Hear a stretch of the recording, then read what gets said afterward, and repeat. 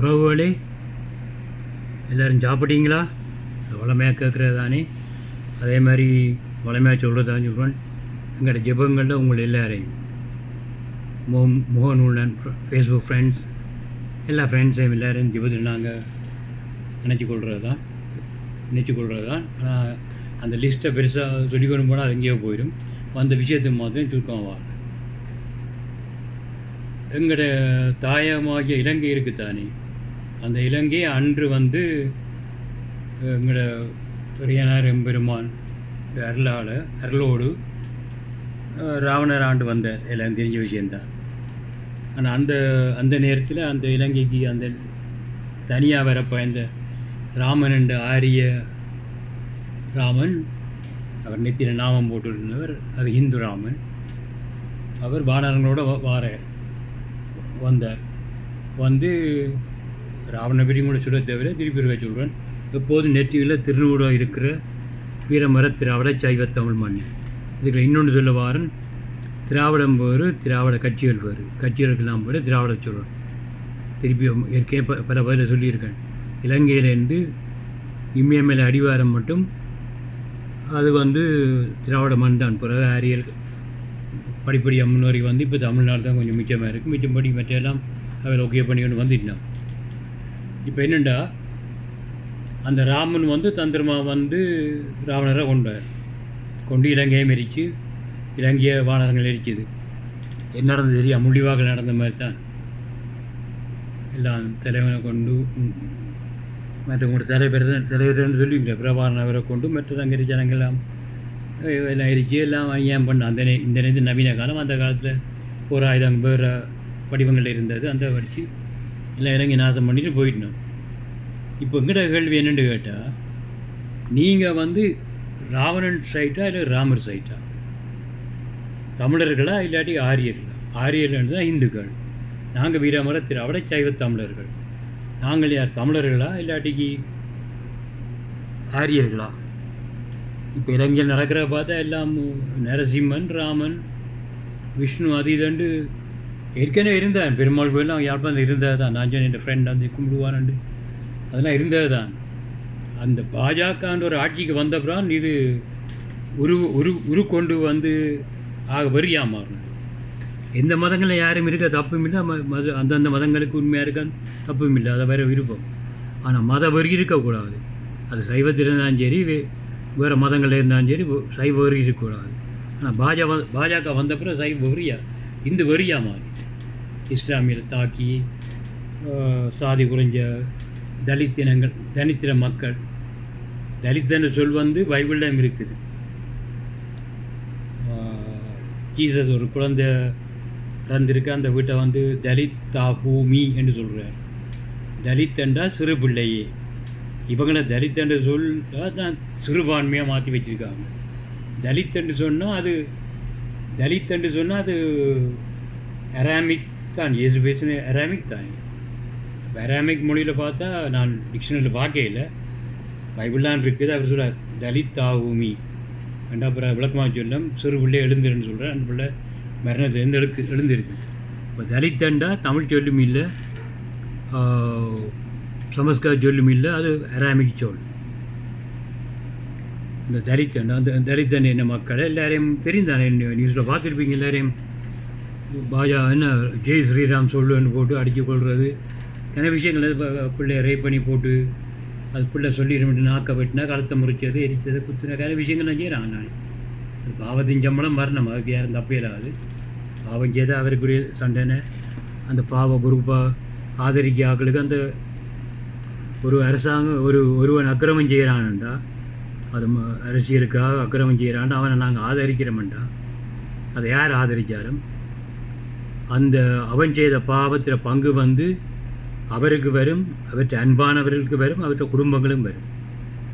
ஏன்னா அவன் செய்த பாவங்கள், இப்போ செய்த பாவங்களை பார்த்தா இப்போ யார் செய்த பாவங்களுக்காக அவையில ஆதரித்து ஒரு காரணம் இல்லாமல் மனுஷன் இறந்து போயிடும். என்ன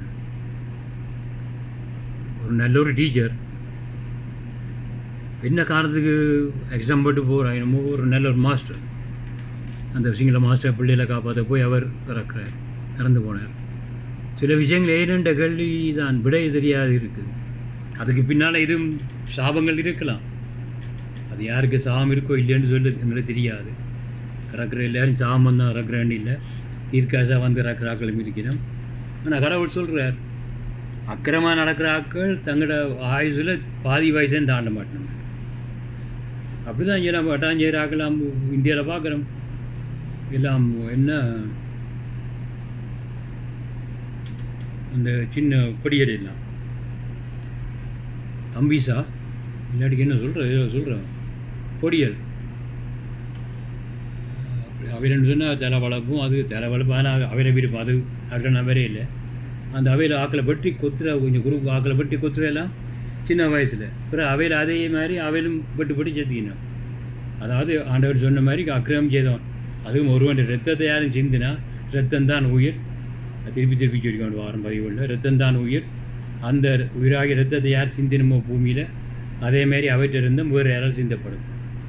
அதுக்காக சொன்ன மாதிரி அரச இராணுவங்கள் முப்படையில் அவையில் நாங்கள் குற்றம் சொல்லிடலாது. இந்த அவனோட தொழிலே அதுதான். அது ஆதியிலேருந்து அந்த நீதிலேருந்தே ரோமர் காலத்துலேருந்து அவன் ஈட்டி ஊற்று அம்பு பல்லு அந்த பாரத போர் எல்லாம் பார்த்தா அதுதானே. இப்போ நவீனமாக மாறிட்டு அது அவனுக்கு அவன்கிட்ட கடமை. நான் ஏற்கனவே சொன்னார், பைபிளில் சொல்லியிருக்குது, போர் வீரன் அவன் கையில் சும்மா ஈட்டியை வச்சிருக்கேன். அதே மாதிரி இராணுவம் முப்படையில் வந்து சும்மா ஆயத்தை வச்சிருக்கேன். அவனுக்கு சட்டம் கொடுத்துருக்க, அவன் யாரையும் சுடலாம்.